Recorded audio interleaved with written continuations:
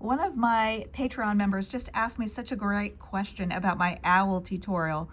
My owl painting came out really organic looking, very natural, not stiff. And she asked me, how did I do that? Because in the tutorial, it looks like I'm just putting random marks but then all of a sudden, it just all comes together.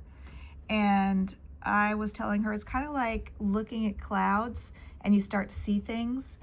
I make a bunch of brush marks, and then for a painting like that, where I'm painting really intuitively, I put a bunch of marks that kind of roughly feel like feather shapes or the shadow shapes in between the feathers, and then I see what I see and then tease out more feather shapes. So that reminded me of a really cool tip in Robert Wade's Watercolor Workshop Handbook.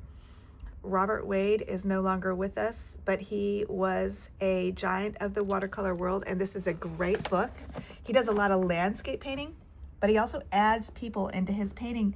And what he talks about doing is just make some loose shapes like this, and then working quickly, just add blobs for heads, and then you add legs. Here he says, for faces, make a blob, then press a tissue into it.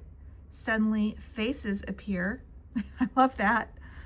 This is very much kind of how my process works too.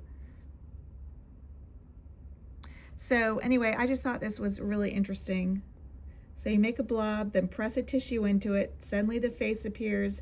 No balloons or pumpkins for heads, please. No posts for legs. Assess the height of children by comparing with adults. And look, the legs are just almost like quick, swishy, dry brush strokes. Angle the legs and vary the weight on your brush. So I just think that's a really neat way to paint people. And it's kind of related to how I paint a lot of my intuitive paintings.